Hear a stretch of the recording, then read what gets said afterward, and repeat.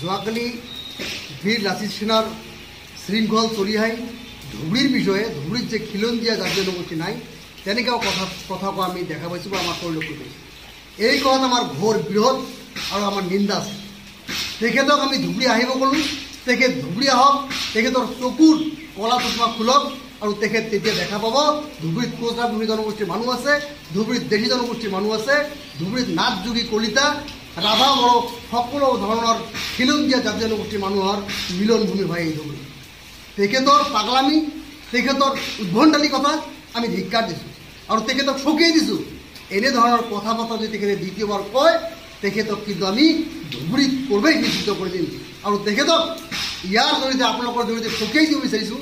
তেখেত মদ খায়, গাঞ্জা খায়, গুটখা খায়, কি খায় খাওক, ক'ত কি আবুল তাবুল কথা কয়, তেওঁ যাতে ধুবুৰীৰ বিষয়ে কোনো ধৰণৰ আবুল তাবুল কথা নকয়। আৰু আমি লগতে বীৰ লাচিত সেনাৰ মুৰব্বী বা সভাপতিক ক'ব বিচাৰিছোঁ, এই শৃংখল চলিহাই কিন্তু অসমৰ পৰিৱেশ বিনষ্ট কৰি আছে, লগতে সংগঠনটোৰ মান সন্মান বিলীন কৰি আছে। ধুবুৰীৰ মানুহক যি মনোকষ্ট দিছে, এই মনোকষ্টে কিন্তু আপোনাৰ সংগঠনটোৰ প্ৰতি কিন্তু মানুহৰ বিৰূপ ভাৱ সৃষ্টি হ'ব। সেয়ে আমি আপোনাক অনুৰোধ কৰিছোঁ, এই শৃংখল চলিহাক দলৰ পৰা আঁতৰাই দি অসমৰ প্ৰতিটো জাতি জনগোষ্ঠীৰ লগত যে বীৰ লাচিত সেনা আছে এইটো প্ৰমাণ কৰি দেখাওক। আৰু আমি আপোনালোকৰ জৰিয়তে ক'ব বিচাৰিছোঁ যে আগন্তুক অতি কম সময়ত বা আজি বা অহাকালি আমি কিন্তু শৃংখল চলিহাৰ বিৰুদ্ধে সদৌ অসম গৰিয়ামৰি দেশী জাতীয় পৰিষদ ধুবুৰী জিলা সমিতিৰ তৰফৰ পৰা তেখেত যে আমাৰ ধুবুৰীৰ বিষয়ে যে কটু মন্তব্য কৰিছে, তেখেত যে আমাৰ ধুবুৰীবাসীক খিলঞ্জীয়া নহয় বুলি কৈছে, তাৰ বিৰুদ্ধে আমি তেখেতৰ এগেইনষ্টত আমি এখন এজাহাৰ লঞ্চ কৰিম। যে বিভিন্ন সময়ত যে এনেকুৱা মন্তব্য কৰি থাকে তাৰপিছতো প্ৰশাসনে তাৰ ওপৰত কোনো বিৰুদ্ধে ব্যৱস্থা গ্ৰহণ নকৰে, আচলতে ৰাজনৈতিক ষড়যন্ত্ৰ হ'ব পাৰে নেকি? চাওক, ৰাজনৈতিক বুলি আমি নকওঁ। আমি যিটো দেখা পাইছোঁ তেওঁক কোনেও চিৰিয়াছলি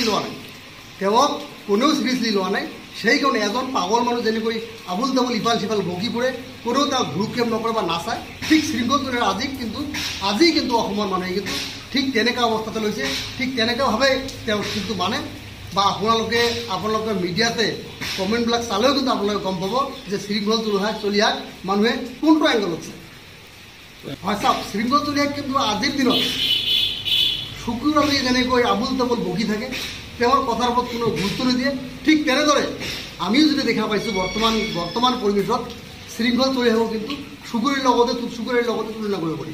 কাৰণ তেওঁৰ এজন জ্ঞান নথকা মানুহ, এই ধুবুৰীৰ বিষয়ে তেওঁ যিটো কথা কৈছে যে ধুবুৰীত খিলঞ্জীয়া মানুহ নাই, এইটোৱেই প্ৰমাণ হয় যে চুকুৰালী আৰু শৃংখল চলিহাৰ মাজত যথেষ্টখিনি মিল আছে। সেয়েহে অসমৰ ৰাইজে কিন্তু চুকুৰালীক যিটো এংগলত চায়, ঠিক সেইটো এংগলতে কিন্তু আজিৰ দিনত শৃংখল চলিহাকো চাই আছে।